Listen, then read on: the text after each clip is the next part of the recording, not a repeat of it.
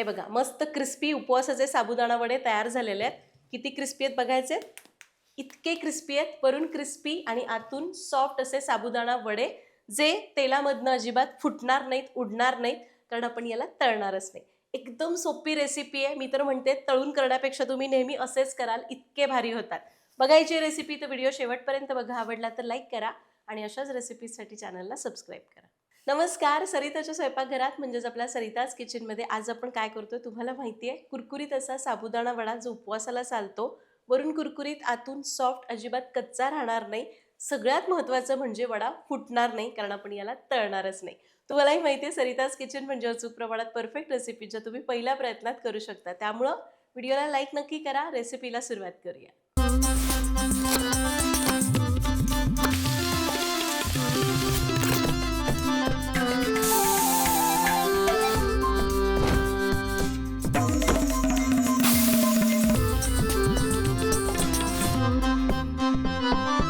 उपवासाचा वडा आहे, त्यामुळं खूप जास्त असं साहित्य लागत नाही. उपवासाला जे चालतं तेच साहित्य आपण घेतलंय.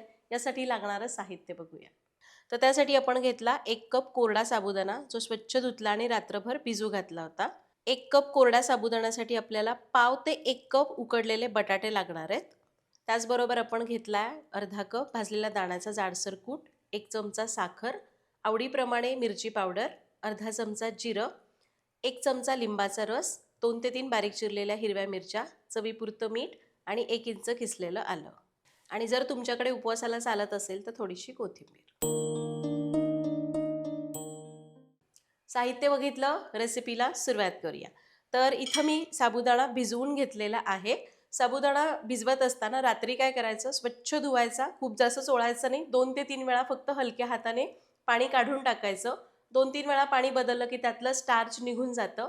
मग त्याच्यामध्ये वर अगदी 1 सेंटीमीटर येईल इतकं पाणी घालायचं. साबुदाणा बुडून वर अगदी थोडंसं येईल, अगदी एवढूसं येईल इतकं पाणी घालायचं आणि त्याला रात्रभर भिजू द्यायचं. रात्रभर वेळ नसेल तर एक 5 ते 6 तास साबुदाणा भिजवला तरी चालतो.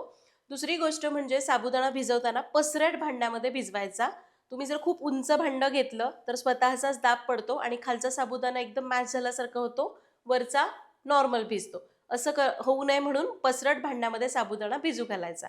तर आपला साबुदाणा छान भिजलाय. खिचडीला कसा भिजवतो तसाच भिजवायचा.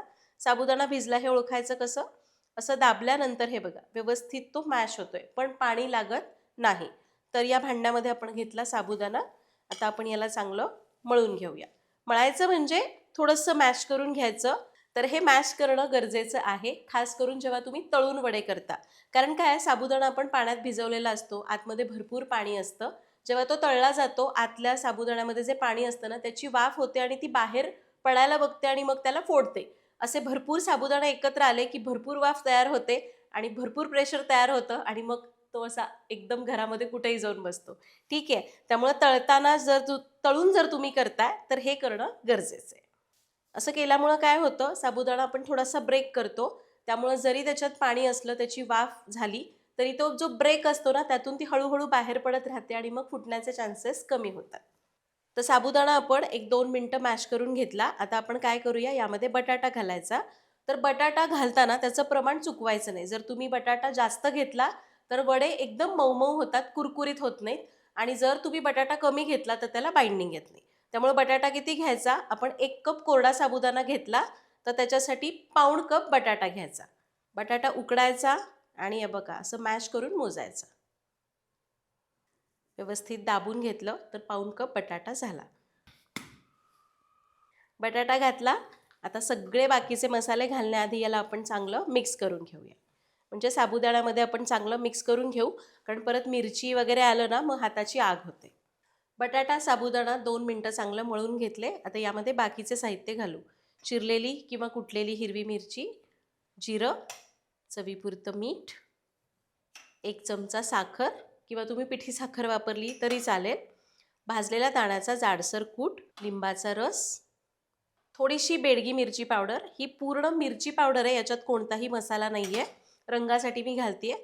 1 इंच किसलेलं आलं आणि थोडीशी कोथिंबीर. लक्षात घ्या, याच्यामध्ये कोथिंबीर, जिरं, आलं, मिरची पावडर तुमच्याकडे चालत असेल तर घाला, नाही घातलं तरी चालेल. तुमच्याकडे जे उपवासाला चालतं ते तुम्ही यामध्ये वापरू शकता. आता याला मिक्स करून घेऊया.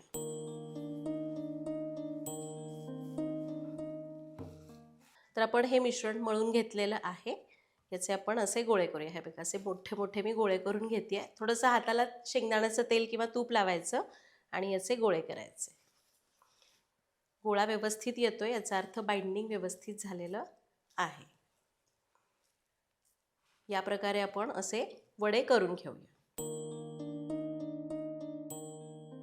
सगळे वडे असेच करूया. आणि हे घ्या, वडे करून घेतलेले आहेत. इथं मी 15 वडे केले.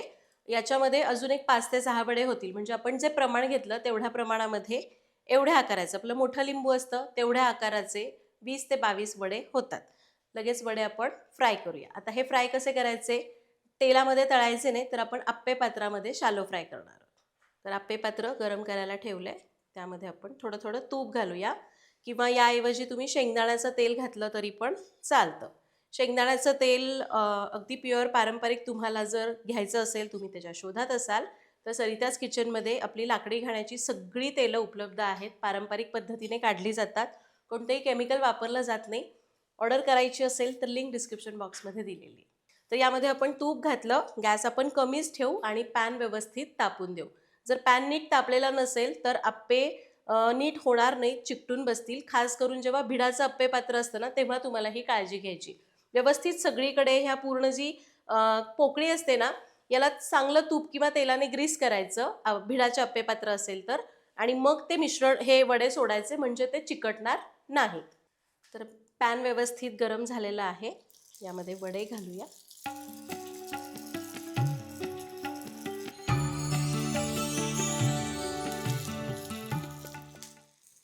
वरूनही थोडंसं तूप किंवा तेल लावायचं.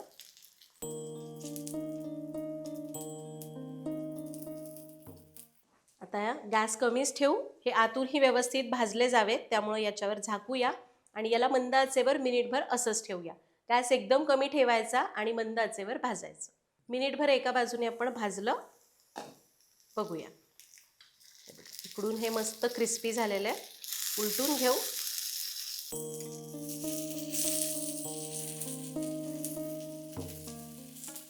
आणि आता दुसरी बाजू पण आपल्याला झाकायची आणि अशीच मंद आचेवर शेकायची.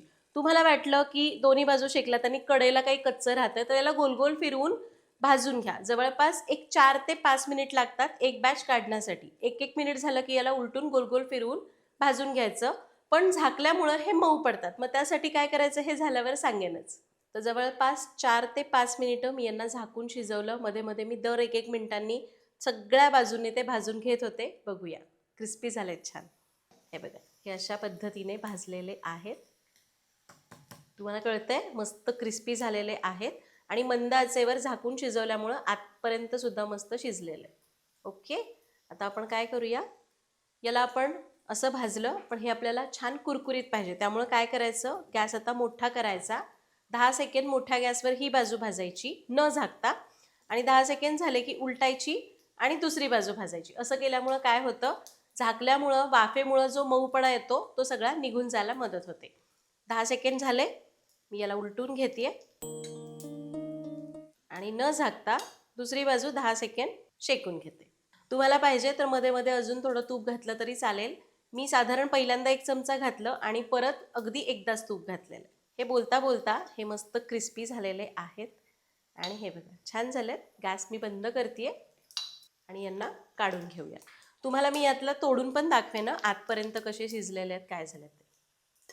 आवाज ऐकला, मस्त क्रिस्पी वाटतात.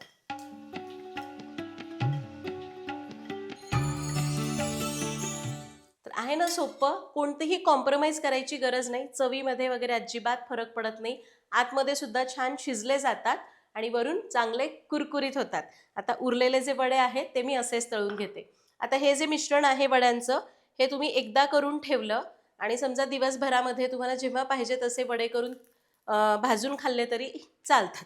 फक्त सकाळी केलं तर एक संध्याकाळपर्यंत संपवा. त्याहून जास्त ठेवू नका, नाहीतर याच्यामध्ये मिरची घालतो ना, त्याचा उग्रवास येऊ शकतो. उरलेले वडे मी असेच भाजून घेते.